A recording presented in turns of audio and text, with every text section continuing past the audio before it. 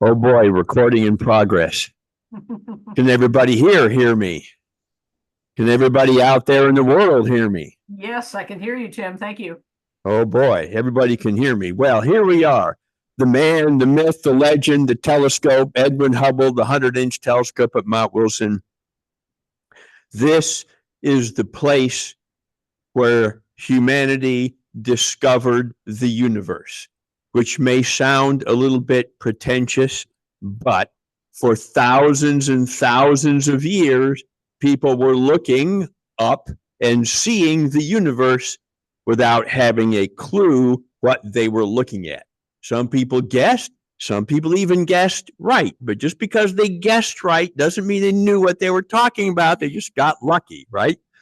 And so I'm going to talk a little bit about how the universe was discovered, and in particular, the Hubble constant, the expansion of the universe, problems in cosmology. One of the things that happens when you look at popular web pages and read popular books is that you come to think that astronomers actually know more than they really do, and we're going to discover that maybe they don't actually know as much as you think they do. Okay, so the first thing I want to do before I start the real talk is I want to talk about Henrietta and her discovery of the period luminosity relationship for Cepheid class variable stars, which is incredibly important. Next slide. So there's Henrietta, there's Einar Hertzsprung. You may have heard this story before, but most people don't tell it right. And the problem is Henrietta clearly knew in 1908 that something was going on. She said so in the paper that she published. But she published her final results in 1912, and these two plots come from her 1912 paper, and I'll talk about them in the next slide in just a minute. But you cannot use Henrietta's discovery, which is shown here in the plot, by itself to get distances to anything, because it's not calibrated. You have to calibrate it to a distance scale first, and that's what Einar Hertzsprung did in 1913. So she made her discovery in 1912. Einar Hertzsprung calibrated it in 1913. Harlow Shapley began to use it in 1914 at Mount Wilson, and then during the 1920s, Hubble used it. The point is, it was cutting-edge science. It was right at the frontier of its day, and so it was a very big deal. And Henrietta's discovery was the very first way of getting distances really far beyond the reach of trigonometric parallax. You go back to the dawn of the 20th century, people knew how far away approximately 60, as in 60 stars, were from trigonometric parallax, and that's it. We knew the distances to a little bubble of stars around us, and the entire remaining universe was completely unknown. How far away is his next door? Is it a zillion miles? And nobody knew. This is how we found out. So here, these two plots. Over here on the left, you see on the horizontal is the period in days for the variation in the brightness of the star. So the star starts out dim, gets bright, then gets dim again. That's 120 days, maybe. Then it gets bright again, dim again, bright again. Each one of those loops is a period. And over here, it's the same thing, except this is the base 10 logarithm of the period instead of the period. If you remember your high school algebra, you know what I'm talking about. If you don't, why not? What's your excuse? Do something about that. Just my opinion. And the reason for doing it is you can see that's the apparent magnitude here on the vertical plot. As you can see, this is a funny curve over on the left, and funny curves are always hard to work with. No mathematician wants to work with a funny curve. You can work with a line. So you change this into a logarithm, and you get a line. And this equation here describes that line, and this A, B, and C are diddle numbers, and so you can diddle the line around and find out what's the best fit to your noisy data. And what Einar Hertzsprung did was these were plots directly from Henrietta's paper, so this is apparent magnitude, what it looked like to her. What Einar Hertzsprung did was by calibrating it, you can change this plot to absolute magnitude, which is at a fixed distance, 10 parsecs. And that's what this is. This is the absolute magnitude. Look at these data from the period. You calculate an absolute magnitude. You plug the magnitude in here, and you wind up with the distance d, and you solve this. Do your high school algebra again. Solve that so you can get a distance. And this is how you turn these data into a distance. It goes far beyond stellar trigonometric parallax. You need to be able to do this to do what Edwin Hubble did. And now I will talk about Hubble and the discovery of other galaxies. So there it is. There's the 100-inch dome. This is a picture from 1930-something. I don't remember when it was. It's all covered up there, 1932. There's the 100-inch dome. The domes then were all polished metal. They're all painted white now. And there's Ed with his picture of the M31 galaxy, the telescope, the man. There's the 100-inch telescope, the way it looked about 1940. It still looks pretty much the same now, except that it's painted blue. When you're using the Cassegrain position, you sit on this thing. If you come up and do public observing, you'll observe through the North Cassegrain, which is up there where the white box is. We don't want to put you on this thing because it's kind of dangerous. Astronomers would use a chair with the legs cut off, and so they have back support when they were doing it. We have connected that thing all the way down to the bottom of the telescope so you can be down here looking through it. So this is the way Hubble did his imaging. These days, you can actually buy a completely 100% totally automated telescope, set it up on your lawn, punch a button, go inside, sit there and see images show up on your cell phone and do absolutely nothing and get great images off your telescope. You never learn anything about the sky. You never learn anything about what you're looking at, whatever. You just sit there and do nothing and you get great images. Back in the old days, that was not possible. And they rarely observed actually dressed like this, but it's a photo op, right? So you put on your coat and tie and you look good. The two wheels he has his hands on, the upper one moves the photographic glass plate horizontally. The bottom one moves it vertically. And rather than adjusting the telescope's position, he's adjusting the position of the glass plate to keep the image fixed. And he's staring through a little eyepiece where there's a guide star. And you just sit there and constantly tweak the plate to make sure the guide star stays in the same plate on the crosshairs in the eyepiece. And if you remember the early days when the observatory was founded, everything was brought up by mules, especially for the Snow Solar Telescope. One of the mules was retired from that work and lived the life of Riley because its tail hairs were perfect for making crosshairs and reticle eyepieces like that. And so they harvested tail hairs from the mule to make eyepieces like this. And so if you're going to be a mule, that's the mule you want to be, right? And he was up, as you can see in the picture on the right, he was up on the Newtonian platform where you could get marooned, if you're not careful. Okay, next. So this is a picture of a copy of the original slide. The original is now, it's on display somewhere, and I forgot where it was, but it's like armed guards and protected by bulletproof glass and everything else.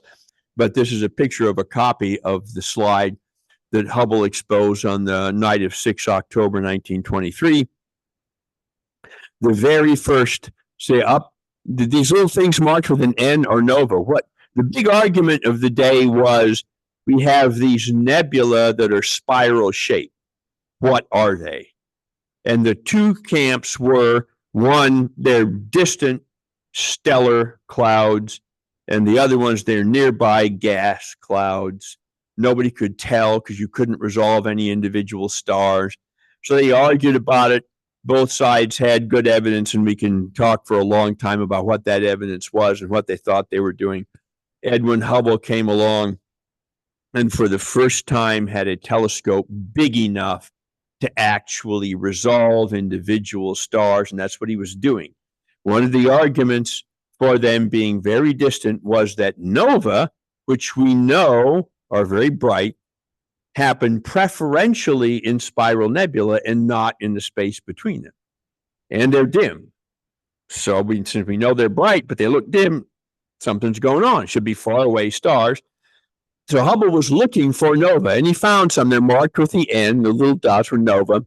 But this is his first plate, as he made more and more photographic plates, he discovered that nova in the upper right corner went away and came back, and then went away and came back, and then went away and came back, and went away and came back, and went away and came back. Now that you're all hypnotized, you're going to become professional astronomers, right?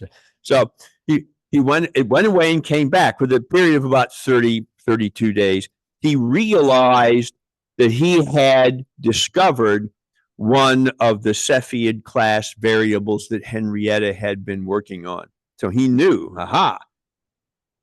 First, he knew because it's very, you clicked my slide too early. I'm going to get around to that. First, he knew it had to be really far away because he knew that nova are bright and they don't look bright in this image, and that Cepheid variables are bright. And that one is actually disappears at the bottom of its brightness curve. So he knows already this has to be really far away. And it has to be made of stars because he can see the nova, he can see the individual stars. He knows that they're intrinsically very bright. They appear very dim. So he knows they're far away. But there's a difference between saying something is like far away and exactly how many miles or how far away precisely it is. So he knew when he found one of those variables, he could figure out how far away it is. So he went looking for other variables. He figured out how far away it was, figured out how far away a whole bunch of other galaxies were. And that brings us to the next slide. This is an article that appeared in the New York Times on 23 November 1924, page 6. I culled it out of the archives of the Times. This is the first time anybody outside the astronomical community and Hubble's friends and colleagues knew what he was up to. The first time anybody outside knew it was published in the New York Times. And if you go to the next slide, this box highlights text, which I think is incredibly important. And you may or may not be able to read it, but I will read it for you. The results are striking in their confirmation of the view that these spiral nebula are distant stellar systems. They are found to be about 10 times as far away as the Small Magellanic Cloud, or at a distance of the order of 1 million light years. This means that light traveling at the rate of 186,000 miles a second has required 1 million years to reach us from these nebula, and that we are observing them by light which left them in the Pliocene age upon the Earth. These, as far as I know, this is the very first time in human history this was written down in detail like this, specifying not it's just far away, trust me, while somebody else says don't trust him, it's not far away. This is the first time anybody just put the numbers. It's actually 1 million. The light left it in the Pliocene. And nobody thought about this until it was published in the New York Times. So somewhere just buried in the archives of the New York Times is a big moment in human history and conceptions of the universe and how big it is and what it really is. There it is. It didn't appear in a fancy journal. It didn't appear in somebody's diary or a private book. It appeared on the pages of the New York Times. So if there's anybody from the New York Times here, well, I know there isn't, but you know, a little credit. Okay. So Hubble published NGC 6822 first in December of 1925. That's a nearby dwarf galaxy, one of the satellite galaxies of the Milky Way. The distances I've given here, the first distance, like for NGC 6822, 697,640 light years. That's the distance Hubble published. The second distance is the one we recognize today. He underestimated the distances significantly for a whole bunch of reasons. We'll get into some of them a little later on, but basically we know a lot more now than he did, which should come as a surprise to no one. And he published, to remember, M31 in March of 1929, and in between published M33. The one that made the headlines and the big news was M31 because that's the naked eye spiral galaxy, the one everybody had been talking about for centuries. My sneaking suspicion, and it's really something I made up, but it sounds great anyway, is that Hubble published NGC 6822 first because astronomers were already thinking it's probably an extragalactic stellar system. It was on their minds. And so you publish that one first and nobody complains. And then when you get to the big famous one called M31, the one that everybody's talking about, if somebody complains and says, I don't like that, so why didn't you complain when I published NGC 6822? I would think that way, but I don't know whether Hubble thought that way or not. And so this is the order in which he published these things. And of course, Harlow Shapley had already laid out the Milky Way in the same way. And that was also a fundamental moment in the history of cosmology. So this is how we discovered what we now call galaxies. Hubble declined to call them galaxies. He called them extragalactic stellar systems. And the reason he gave for it is that the word galaxy is actually the proper name for the Milky Way galaxy. So if you're reading astronomical literature and you see the word galaxy with a capital G on the front, that's the Milky Way. If you see it with a little g on the front, that's just any galaxy. Hubble was a stickler for the language and didn't think the word galaxy should be used at all in that context. So he called them extragalactic stellar systems. Everybody else started to call them galaxies, and maybe he surrendered at some point and maybe not. I don't know. So this establishes the discovery of other galaxies, the discovery of the universe, the discovery of the real distance scale, millions of light years. The universe is big, but at the same time, accidentally, this is what Hubble was looking for. He was trying to do this, and he successfully did it. But while he was doing this, he tripped over something else that happened while he was doing the observations. And that is the expanding universe and the Hubble constant, which is the Hubble constant is the rate at which the universe expands. And I'll go into that now. So for this part of the talk, we need to understand something about this German guy named Albert, who became famous somewhere for creating his theories of special relativity in 1905. He actually first published general relativity in 1915, but it was a bunch of lecture notes for a talk he gave to the German Academy of Science, and absolutely nobody else in the world except him understood what he was talking about or what he was doing, and confusion reigned. So he, in 1916, published a correct scientific paper written the right way, and then everybody said, okay, now we get it, now that you've published it correctly. And this radically altered our way of thinking about the universe. And one of the requirements of general relativity is that the universe cannot be static. It has to be doing something, collapsing, expanding, spinning, doing something. It can't be just sitting there. But when he asked the astronomers, he didn't know any astronomy, they all said, yeah, it's sitting there, not doing anything. So he kind of got depressed and diddled his theory so that he could prevent his universe from doing something. Later on, and you've probably heard the story many times, he called that his greatest blunder or whatever. And the reason he said that, if he said it, because nobody actually knows that he said it, but if he did say it, despite it being a big story, it's because he missed a chance to pound his fist on the table and say, no, no, no, you're all wrong. It's expanding. But then he'd sound like the flat earthers we were talking about today. You all guys don't know what you're talking about yet. So He didn't do that. He decided, okay, I'll diddle my theory to make it not doing something. So in 1917, he introduced his cosmological constant to stop the universe from expanding. So he produced his theory in 1916 correctly, and then 1917 he diddled it.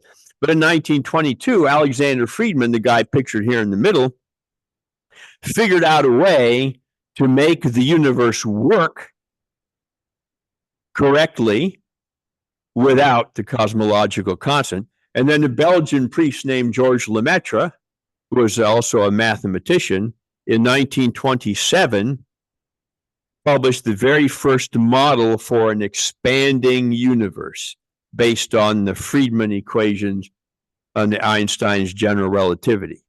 He published this idea in French in the Annals of the Scientific Society of Brussels.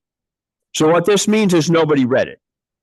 Because who reads the Annals of the Scientific Society of Brussels? Then nobody was reading French then anyway.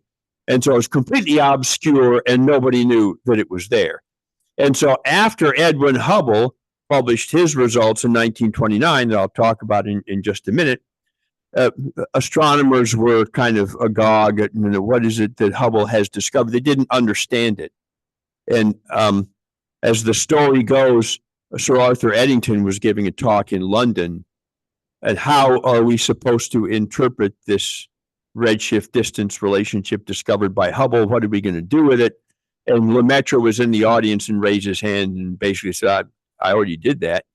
So what do you mean you did that? Well, yeah, I did it. It's here in the Scientific Society of Brussels. And like, who reads that? And so Eddington arranged for a French language translation, or an English language translation from the French, and that was published in the monthly notices of the Royal Astronomical Society in March 1931. However, in the French paper, Lemaitre predicted a redshift distance relationship with a number, said the universe ought to look like this. It's in the French paper. It is not in the English translation. It's completely gone. So for decades and decades, there was a very robust conspiracy theory. Why was it removed from the English translation?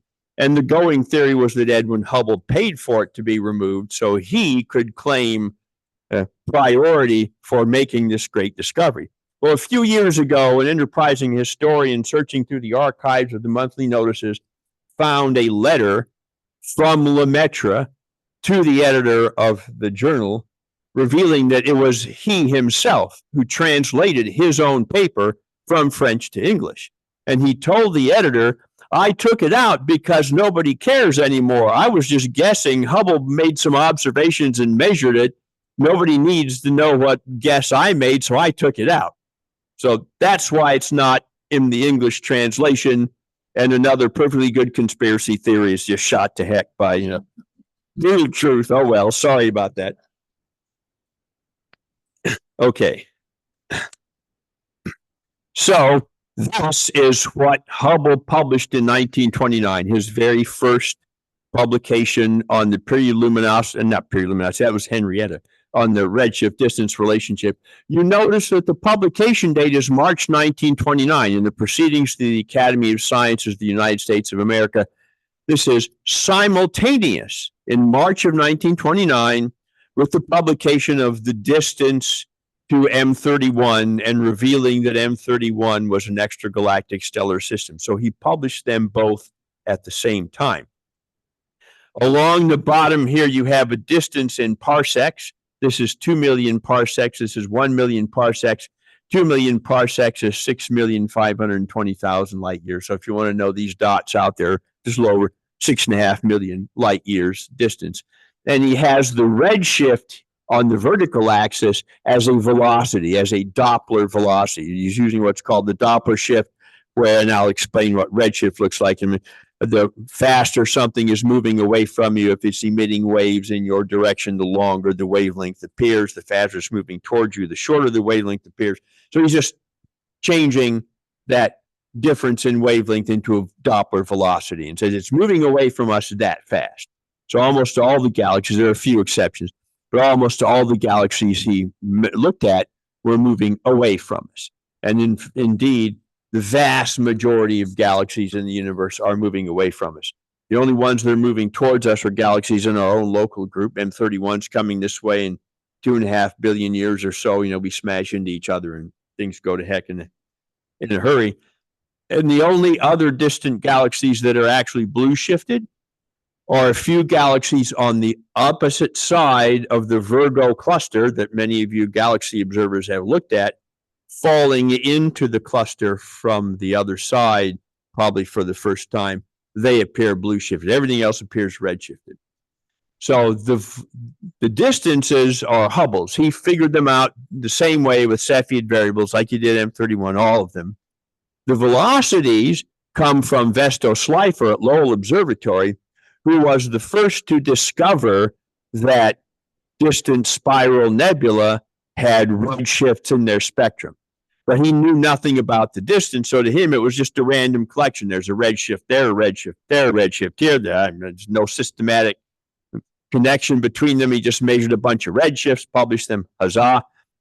Hubble published Slipher's red shifts here, but never told anybody they were Slipher's red shifts.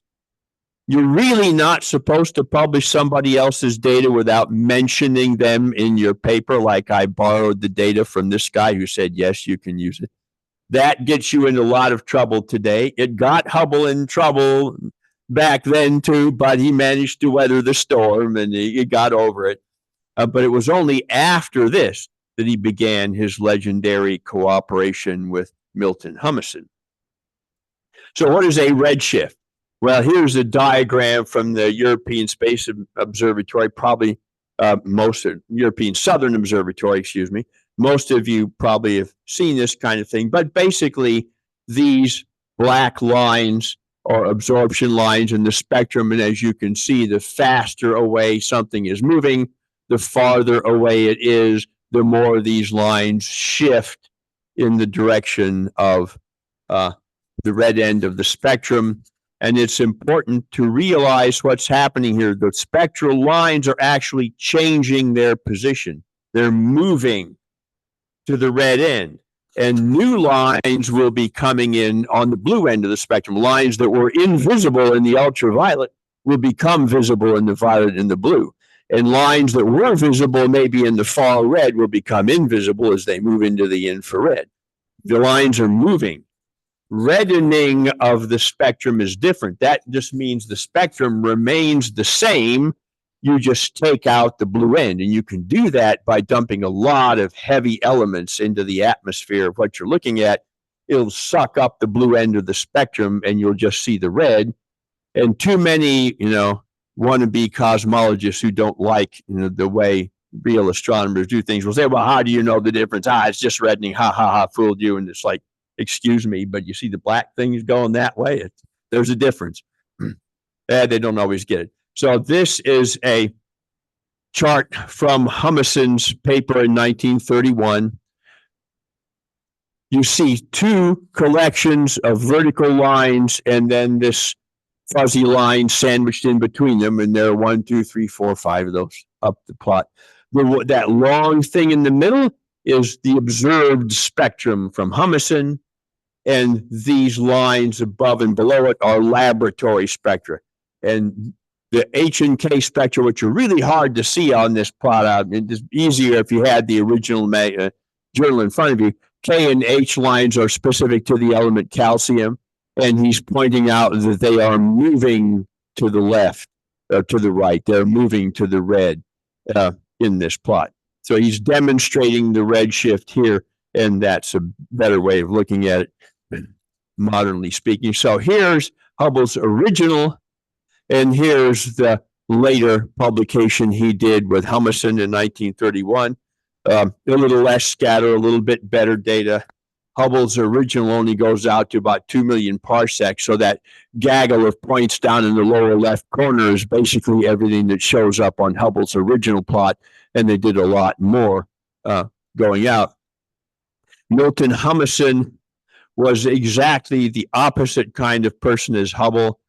but they got along with each other fairly well. Hubble was a Rhodes Scholar and studied law, and he actually, Edwin Hubble, you may not know this, or maybe I mentioned it to you once before, but Edwin Hubble is in the Indiana Basketball Hall of Fame because he was a Hall of Famer for his high school teams that he coached who won state and conference championships. When he was on the University of Chicago basketball team, they won 3 national championships and the conference championships. And Hubble says he's the guy who led them to it. Whether that's really true or not, I don't know. But before he was on the team, they didn't win anything. And after he was on the team, they didn't win anything. So maybe there's an actual correlation going on there. So, but Hubble was bound and determined to be famous one way or another. He said so from the early days, I'm going to be famous. If it wasn't astronomy, it would have been basketball or something. He was an all-around athlete. He was determined. Humason, on the other hand, dropped out of school when he was 13 or 14 or whatever. And he was actually a mule handler on the mule teams that brought stuff up the mountains. However, he did fall in love with the daughter of the head electrician at Mount Wilson Observatory, a guy named Ayers, if I remember correctly. And he asked for a job because he wanted to stay there where she was. And he worked on the mule trains. The only job they had for him was pushing a broom. They gave him a broom. So you want a job? This is your job. I said, okay, I'll take it. And he started out sweeping out the place and worked his way up to being one of the most famous astronomers in the world because he could learn. He was mechanically inclined. And in those days, it wasn't all electronics like it is now. The big clunky things like you saw Hubble using before with the glass plates and lots of mechanics and bolts and screws. He was good at that kind of stuff. I don't think you can do that today, without a PhD, but in those days you could just work your way up as you wanted. So these two opposites, Hubble and Humason, did a really good job establishing this distance redshift relationship. And if you look at that slope, the slope of the line, which is velocity versus distance, is something we call the Hubble constant, which you've probably heard of. Now, Hubble and Shapley, who was working on the Milky Way galaxy, both made a few mistakes. Now, Hubble was looking at what are called type 1 Cepheid variables in the spiral arms of the spiral galaxies, like the spiral arms of M31. Shapley was looking at globular clusters mostly. They thought they were the same kind of thing, the same thing. But in fact, they were not. And that discovery was made by Walter Baade in the 1940s. Walter was a German citizen who deliberately did not take American citizenship because he planned to go back to Germany. When World War II started, he was an enemy alien and they wouldn't let him go anywhere. He had to stay home. And they needed him up at Mount Wilson Observatory. So Baade, Milton Humason, and the Army officer in charge of enemy aliens in Los Angeles all went out to the bar together at Humason's invitation. They had a few beers, talked for a while, and suddenly Baade had permission to drive from his home up the mountain to Mount Wilson Observatory. So that's how things get done. They don't get done in snazzy meetings. And I didn't push the button. You saw me. I was here at all times. I didn't go near them.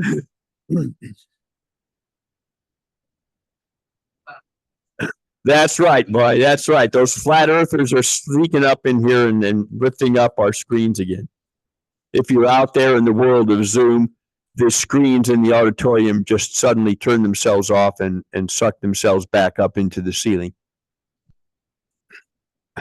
And now they're starting to come back down again. Okay. I think the place is haunted. Yeah. Gremlins, who knows? Maybe it's the ghost of Walter Baade.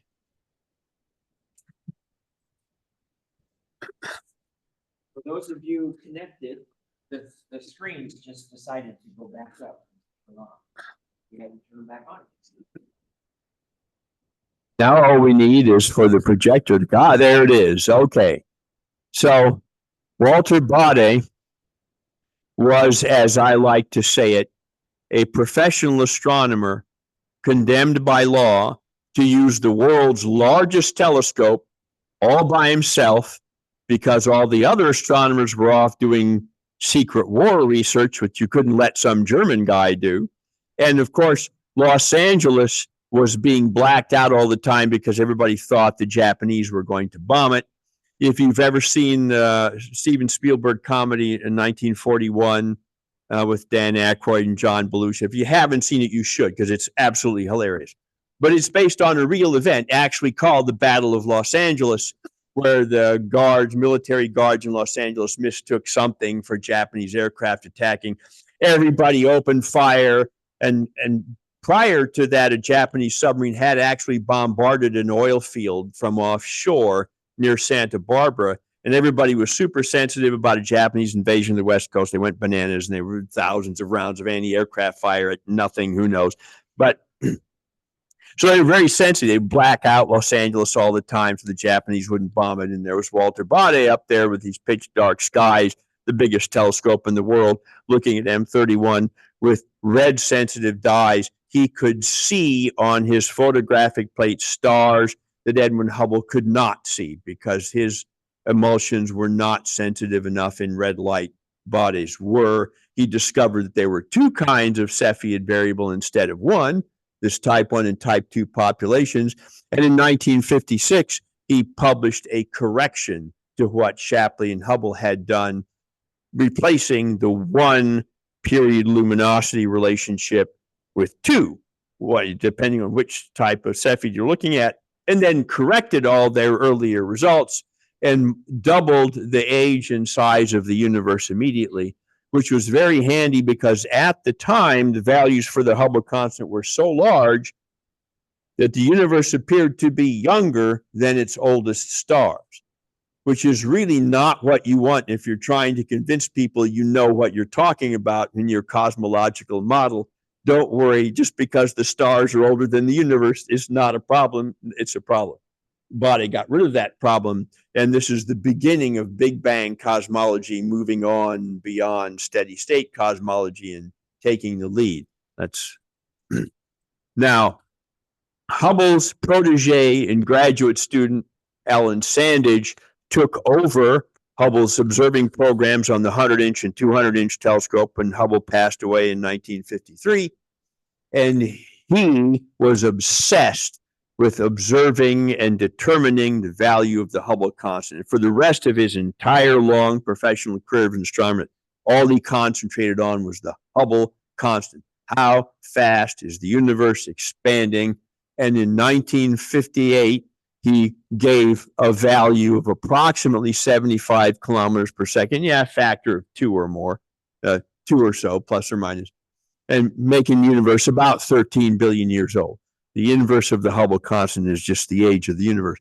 But he argued that Hubble had actually mistaken some H2 regions like tiny Orion Nebula or something for Cepheid variable stars, or other objects, star clusters for Cepheid variables.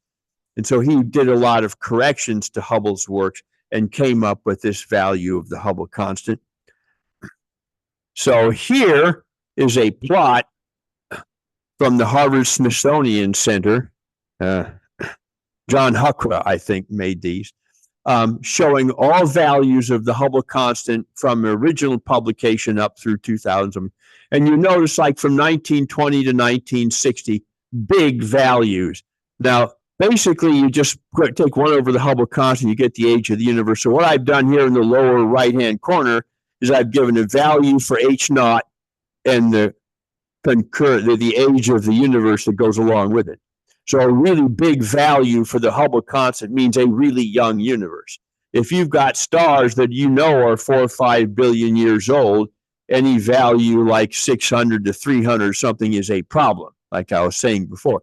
So you see very high values of the Hubble constant, but as the ability of astronomers to observe got better and better, they could make more precise observations. And the two red lines, the first one is Bade's correction in 1956. Second one is Sandage's correction in 1958. Those were the last big corrections to the way people determined the Hubble constant. And you notice that the values all now came in this line between, say, 50 and 100. And if we go to the next slide, you'll see an expansion. So there the data spread out so you can see them. And what you see here is that astronomers had reached their limit.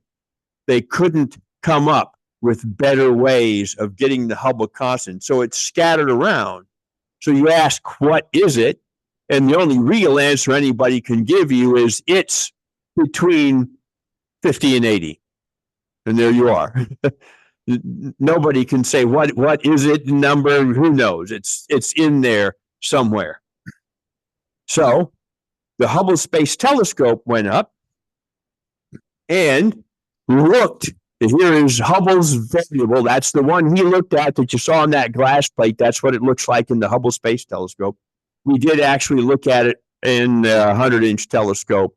I think after the centennial last year or the year before, I forget exactly when, but we have observed it with the 100-inch telescope.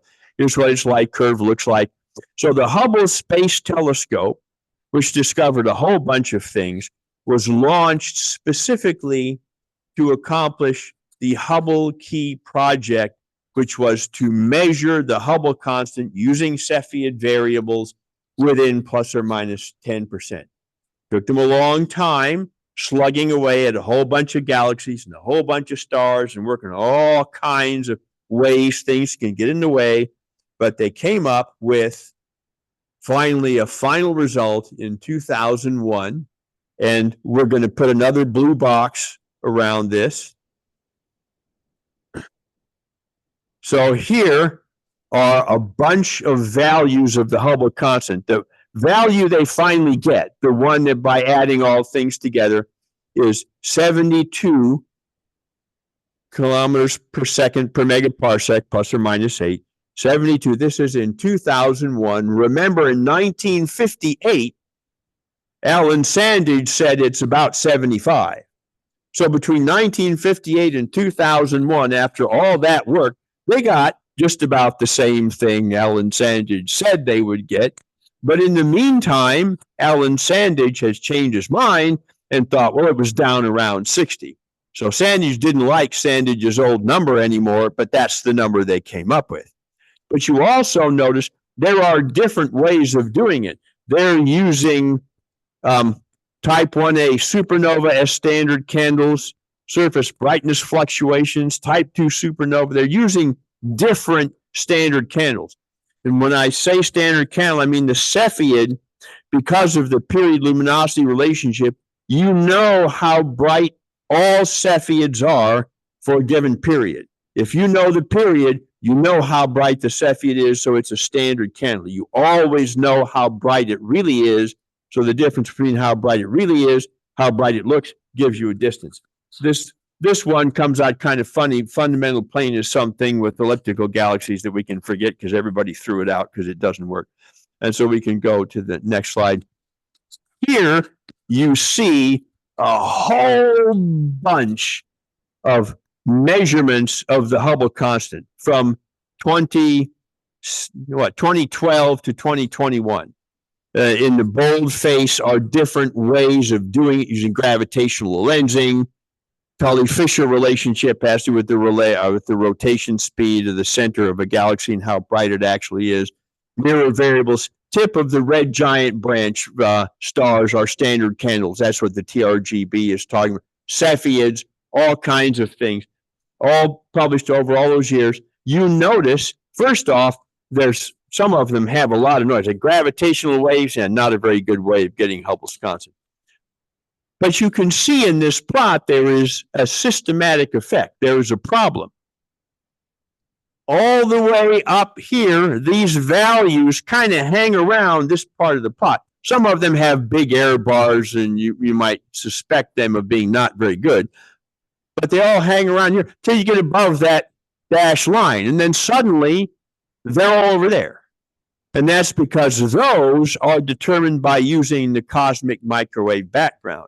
You look at the cosmic microwave background radiation, and then you have a model for the expansion of the universe, a cosmology, the way you think the universe should behave, and you apply that, And then you get a value for the Hubble constant that we should be observing today. And that's what's plotted here. The value we should be seeing is considerably different than the value we are seeing. And the next slide will show you even more dramatically what this looks like. This is a stretched logarithmic scale, so you can see the wings of that green curve up on top. But those are the local measurements, mostly but not entirely Cepheid class variables. And over a 28 over here is the in blue is the cosmic microwave background, and the separation between them is 5 standard deviations. If you're not a data analyst, all you really need to know about it is that once your difference between two values becomes 5 sigma or greater, that's considered statistically significant. Before that, you can ignore it. If it gets up to 3 and 5, you have to talk about it, but you don't need to worry about it. You can ignore it below 3, talk about it from 3 to 5. But once it gets to 5, now you have to not just talk about it, you have to worry about it, because now there's a significant difference going on that you have to explain, and you can't just wipe it away. So there is now a significant problem. And that's when you hear the words Hubble tension, that's what people are talking about. They're not talking about Hubble doing this, at the telescope. They're talking about this discrepancy between values. And so here are the people trying to explain how do we solve this problem. Basically, what they're saying is we need better data nearby, because you remember that scatter plot I showed you before, you just can't get any better. The value goes up, down, depending on how you do it. So you need better data. You need to find some way to make the observations better. And maybe you need a new model for how cosmology works. Maybe our model of the evolution of the universe is just plain wrong. So while one group working on this, it's actually a couple of people. It's Wendy Friedman and her husband, Barry Medor. Barry was a classmate of my brother's at USC when he was getting his astronomy degree. But they published a paper last year. So the bottom gray is the cosmic microwave background values for the Hubble constant. The blue shows you the Cepheid variable value for the Hubble constant. And of course, the uncertainties, and there's the value of the Hubble constant. This is the year in which they were published. And so they worked out a really good way to use stars at the tip of the red giant branch of the Hertzsprung-Russell diagram as standard candles, and thought, well, this will solve our problem. They'll tell us which way we should go. And as you can see, they wound up right in the middle between them. Not only did it not solve the problem, made it worse. Okay, now we really don't know what's going on. Everything is completely confusing. But they noticed something when they compared Hubble images with James Webb images. And that's that many of the Cepheids observed with the Hubble Space Telescope Wide Field Camera 3 are significantly crowded and biased to brighter apparent magnitudes by nearby neighbors. They're arguing that up until now, the telescopes we're using have been deceptively not big enough because the Cepheid variables we're looking at are in crowded parts of the galaxy, and you're seeing the light from more than just the star you want to look at. So your data are biased by a previously unknown crowding effect, which you have to take out. So they're going to do a bunch more work with the James Webb Space Telescope to try to figure this out. That's what program they're working on now. Now, there was one other thing associated with this that Ron said I should talk about. And so since Ron said talk about it, that's what I'm going to do. We'll go to the next slide for a minute. And that's the age of the universe, which, remember, is the Hubble constant flipped upside down. So it was suggested that maybe the universe is a lot older than we think it is. But the reason for that has nothing to do with measurements of the Hubble constant, but observations like this. To the best of my knowledge, this is currently the record holder for the most distant galaxy yet observed. It has a redshift of 14.32, which means the universe is 290 million years old. The universe this galaxy is sitting in 290 million years after the Big Bang. So it's very close. It's a big galaxy by early universe standards. They say several 100 million years old. There are some questions about how you determine the brightness, true brightness of an old galaxy like that people are arguing about. You may not have the right mass function for it. But in any case, it's in a very young universe, and just guessing how galaxies are made, because we don't really know, it seems that this is awfully young. It's fast. It's too fast. We don't know how to make a galaxy that fast. Now, there are a number of ways you can respond to this, and a very popular way is simply by claiming that Big Bang cosmology has been disproved by the James Webb Space Telescope. You see that all over the internet. Hooray, it proved it's wrong. Well, actually, no. What it proves is that we don't know how to make galaxies. Well, we already knew that we didn't know how to make galaxies, so that's not exactly new news. We need to figure out how galaxies are made before we decide all the Big Bang cosmology is wrong. So one way to do that, and this is what you had mentioned, these guys decided we're going to change cosmology. We're going to change the theory.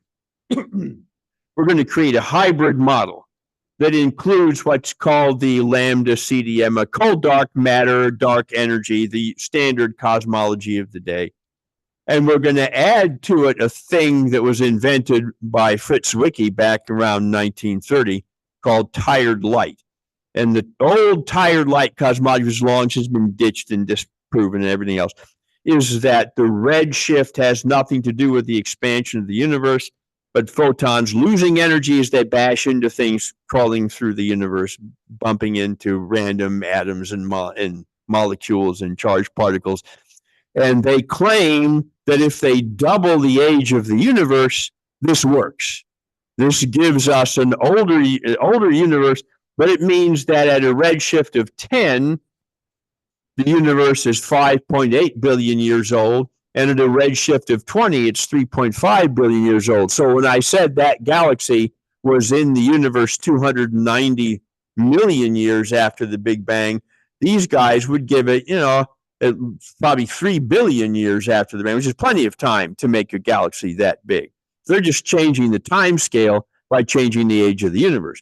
But they're adding into it this tired light notion that, nobody's going to go along with. And so it's not a fringe idea. They are respectable people proposing it. It's just probably not a very good idea. Certainly not one that anyone has a lot of confidence in for now. Now, maybe someday when you decide you just can't solve the problem, maybe somebody will pick this up and say, hey, maybe that is the right idea. But for the time being, it's not a very popular idea. So the bottom line is that we don't know. The correct answer is we don't know what the problem is. Do we need new physics or new cosmology?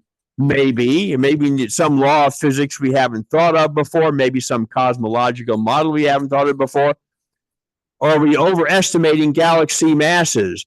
The way they get the galaxy mass is they look at the brightness of the galaxy in the infrared and then assume a distribution of star types that is similar to the distribution we see in galaxies around us. That assumption could be wrong, and there are people insisting that it is wrong. And if you change that distribution, you change the brightness associated with that stellar distribution, and you find out you're overestimating the mass of the galaxy. If you used a different star distribution, you get a lower mass, and now it's not a problem, because making small galaxies is okay. We can do that. It's making the big galaxies that's a problem. So if you just make the galaxy small by fixing the brightness, you solve your problem. Or, of course, there's always something else that we just haven't thought of yet. Because remember, we know a lot more now than Hubble knew, and so we knew all the problems that Hubble had. And 50 years or 100 years from now, somebody's going to look back at us and say, well, they didn't know about that, and so we didn't know about that. And so with that in mind, this is the end of the talk. I'm done, and I'll answer questions or whatever it is you want to do. Thank you.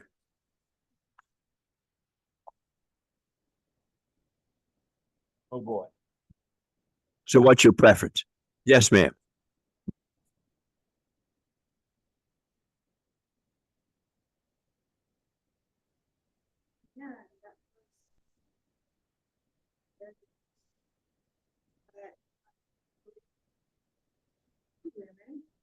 And one of them was into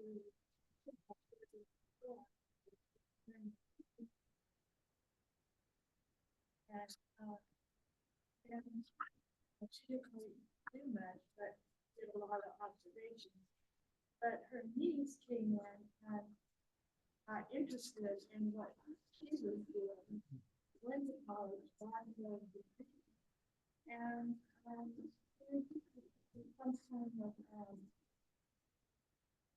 kind of geometry. She was able to prove that there is variable stuff. Could be.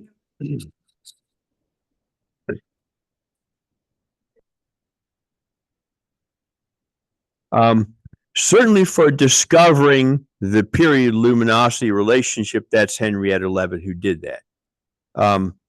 Cepheid variable stars were discovered much earlier, like 100 years earlier. John Goodricke, I believe, was one of the people who made the discovery, and there's another guy's name I can't remember at the moment.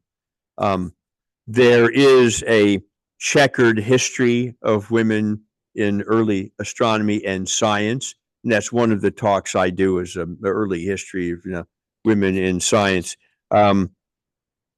Henrietta was one of a group of women called the Harvard Computers, and they worked at Harvard College Observatory.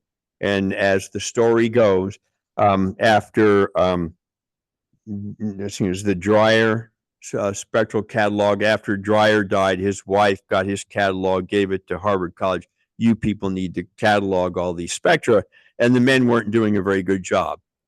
So a frustrated Edward Pickering yelled at them that his housekeeper could do a better job, went home and got her. That was Williamina Fleming, brought her back, showed her what to do. She did it. He fired everybody except her. Just cleaned out the office and told her to hire whoever she wanted, get the job done. So she hired nothing but women, which was fine with Pickering because he could pay women less than men, and his budget needed to be stretched just like any other budget you've ever heard of. And if he could pay people less, he was all into it. And so Henrietta Leavitt and Annie Cannon and Cecilia Payne, who probably made one of the greatest discoveries ever, that's the fact that stars are made of hydrogen and helium. And yeah, did I mention Annie Cannon? I can't remember. Yeah, Annie Cannon, who was, and Antonia Maury, they were all made famous discoveries. Annie Cannon created the spectral classification system we use now. Cecilia discovered stars are made out of hydrogen and helium. But if you look at the early history of women in astronomy, you can notice regional differences. The French, for instance, were really bothered by smart women, and they just didn't want to have them around.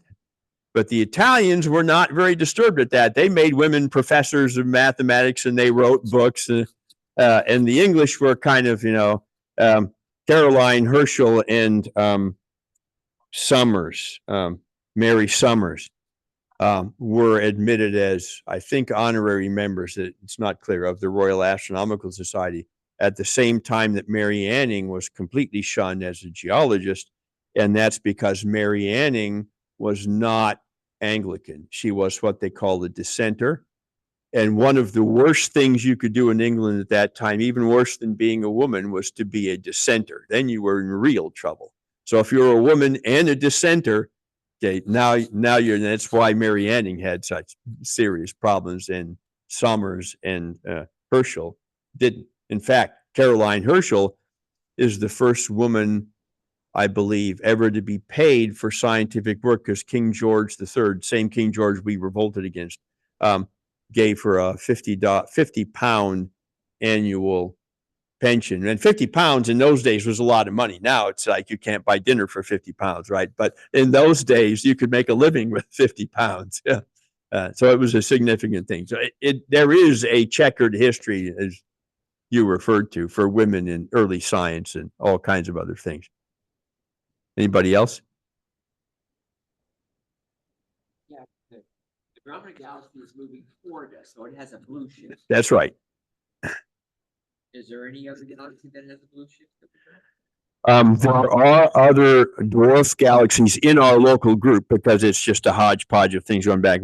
The only galaxies outside our local group I'm aware of that are blue shifted, I think I mentioned it during the talk, are galaxies on the opposite side of the Virgo cluster, and they're falling into the gravitational well of the Virgo cluster, and they appear blue shifted to us. The galaxies on our side of the Virgo cluster are red shifted, they're going that way. But just those galaxies, and that's the only that patch, and that's all I know. Everything else is red shifted. So it is a systematic cosmological effect. So however you want to explain it, you have to explain it by some systematic effect because they're all doing it. It's not like those galaxies are red shifted and those galaxies are blue shifted. They're all red shifted. So you don't get to just make stuff up. Well, you can because people do that, but still not supposed to. Anything else? I put them all asleep. You could make your own telescope to send into space. What would your telescope be so you could answer some of these questions? If I could build my own telescope and send it into space, what would it be? Well, the biggest telescopes on the ground currently are single apertures, are about 10 to 11 meters, like the Keck telescopes. And of course, the giant telescopes that are going up, the European Extremely Large Telescope, Giant Magellan Telescope, 30-meter telescope, if it ever goes up in Hawaii. So I would like a 30-meter telescope. If you get a 30-meter telescope into space, and nobody wants to hear the budget for that, but if you could do that, that would be an amazing thing for optical and near infrared. That would certainly. James Webb Space Telescope has a mirror aperture that's probably 6.5 meters. I say probably because if you go to the JWST web pages and look, on 3 different web pages, they give you 3 different diameters that are different by 1/10 of a meter. So they don't know how big their telescope is, but they always give you the same size for a hexagonal segment. They're always the same. So you can take that, figure out what aperture ought to be, and it comes out 6.5 meters. So it's probably 6.5 meters. And you're already seeing ostensibly down to 290 million years after the bang. And that's a redshift of 14. 290 million years earlier is the cosmic microwave background, which has a redshift of 1100. So there's a lot of redshift space to mine there. So you need the biggest aperture you can get because they'll be super dim and they'll be way off in the far infrared. So you'll need detectors to go even farther in wavelength than JWST does. Like Spitzer, maybe out to 160 microns or into the sub-millimeter range, 800 microns or something, to see them with a gigantic aperture. For this kind of astronomy, that's the kind of telescope I'd want to put in space. I wouldn't want to pay for it, but that's what I would like to put in space. Yeah. If you were trying to observe things that were way redshifted, you would use a different reflective material, right? Or not? You probably would. The Hubble Space Telescope has a glass mirror, and I don't remember what kind of glass it is, that's silver coated. The Spitzer Space Telescope and the James Webb Space Telescope have mirrors made out of beryllium because of the thermal expansion and contraction characteristics, and they're gold coated instead of silver because gold does better at longer wavelengths than silver does. So you'd have to study maybe there's something better than gold. I don't know, platinum or whatever. Maybe there's something that reflects better than gold at longer wavelengths. And you'd have to figure out what coating is you want to put on it. I don't know that you could do much better than beryllium for the substrate because its thermal expansion and contraction characteristics are already so good. But that's something you'd want a materials scientist to study. Yes, ma'am.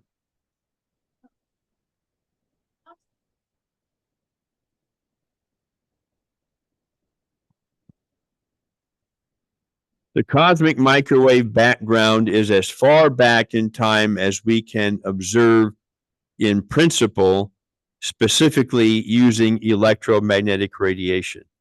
However, gravitational waves and neutrinos from the universe prior to the CMB being created will reach us, but detecting them is almost as expensive as putting that 30-meter mirror in space that I was talking about. It's really hard to do.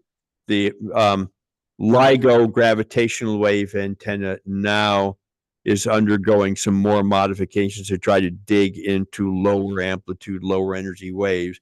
And they got to get way down there to see the waves that are coming out from prior to the Big Bang.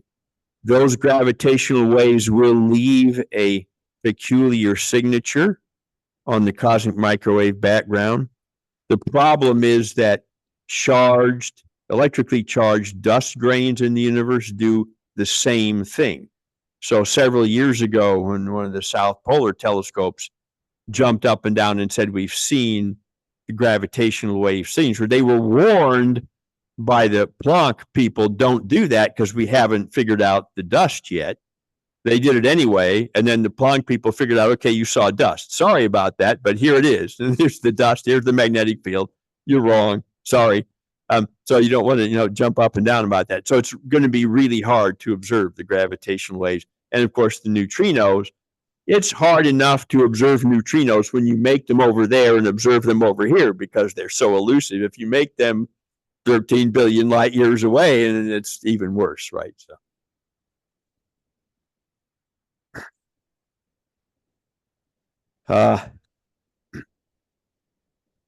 They anticipate making such discoveries, but I don't think it's going to be any time in the near future. It's going to be time before anybody can observe what would get at us from before the CMB. For the time being, electromagnetic waves are the best way we have of studying the universe, really the only way we have for that part of the universe anyway. And we're going to be stuck with that for a while, so that you just need bigger and bigger telescopes and better detectors. Yeah. When you observe a neutrino, how do you figure out how far it's traveled to get there? You don't. The short answer is you have no idea how far it traveled, but you know what its energy is. But you're not looking at a neutrino. You're looking at a bunch of neutrinos, and you can calculate the energy spectrum. How many neutrinos at what energy should you see given this event over here? And then you look at that bleep of neutrinos, and if it's got the right shape energy, it's consistent with what you expect to see if that happened over here. Now, somebody else might come along and say, well, if this thing happened over there instead, it would look the same. Then you'd have to worry about that. But all you can do is predict what you would expect to see from those. And so the pre-cosmic microwave background neutrinos should have a very distinct and I think very low energy spectrum that you wouldn't see from normal events. Like supernova 1987A gave us a burst of like a dozen neutrinos all of a sudden that were detected accidentally, and nobody even realized they had detected them until well after the supernova. Hey, look what we found. Right at the right moment, there's this blip of neutrinos with just the right energy. It had not happened again since, because supernova 1987A is the closest supernova we've had since, I don't know what, Kepler or something like that.